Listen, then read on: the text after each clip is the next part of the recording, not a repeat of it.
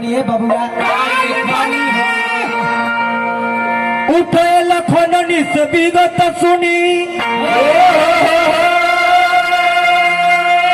अरुणा शिखा धुलिकान गुरु ते पहिले जगतपति जागयो राम सुजान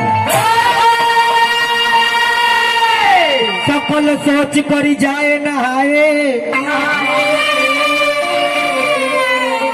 नित्य निवाही मुनि सिरनाए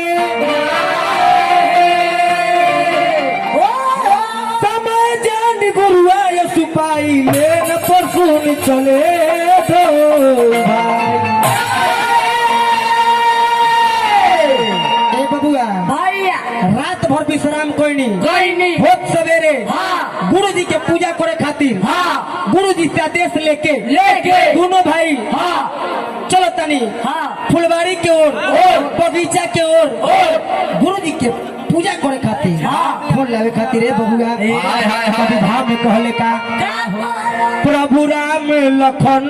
मानी अरे गुरु के वचन तो चल ले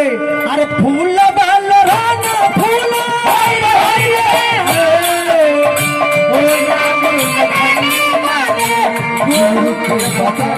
चल ले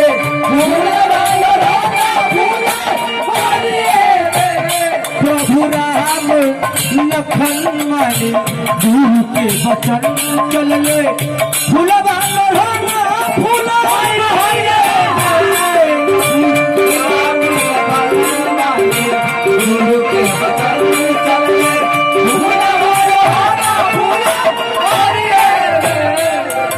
भगवान रामचंद्र जी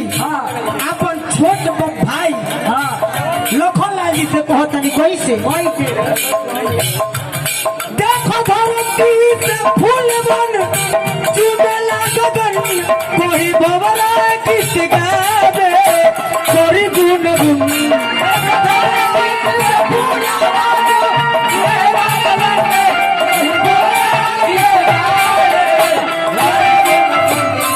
बाग देखो रे बबुआ न भरल नयन राजा हो जा बाग देखो रे बबुआ न भरल नयन बाग धोती गई हमारी नजरिए ए बबुआ कुछ दूर और आगे बढ़नी कुछ दूर आगे गईला के बाद फूल पर नजर पड़ल रंग बिरंग के पेड़ पौधा पर नजर पड़ल भगवान रामचंद्र जी अपन छोट भाई लखन लाल जी से कहे लगनी कैसे अरे बगनमा के बबुआ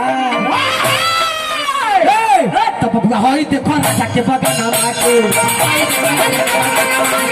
हई देखो राजा के बगनमा के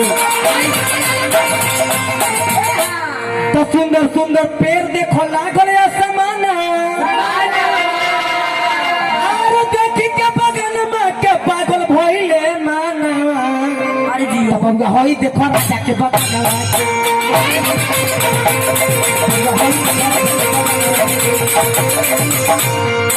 ए बबुआ भैया कुछ दूर और आगे बढ़नी फुलवारी में फुलवारी के रखवारी देखवारी जौन मालिन रहली है ओकरा से मुलाकात होता ए जैसे भैया गई है तनी उठ जाए मैडम उठा ना मैडम उठा ना अरे आप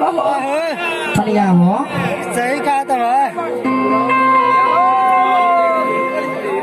ये महाराज जमाना कहाँ से कहाँ चल गई हम बानी बॉर्डर पर चढ़ल बानी बुलडोजर पर देख ली फिल्म हिट कब होला जब हीरो हीरोइन बरोबरा के रहे तो ना जी अब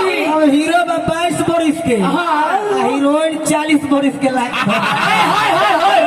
फिल्म हिट होई फिल्म में फ्लॉप हो जाए ए बबुआ बड़ा ही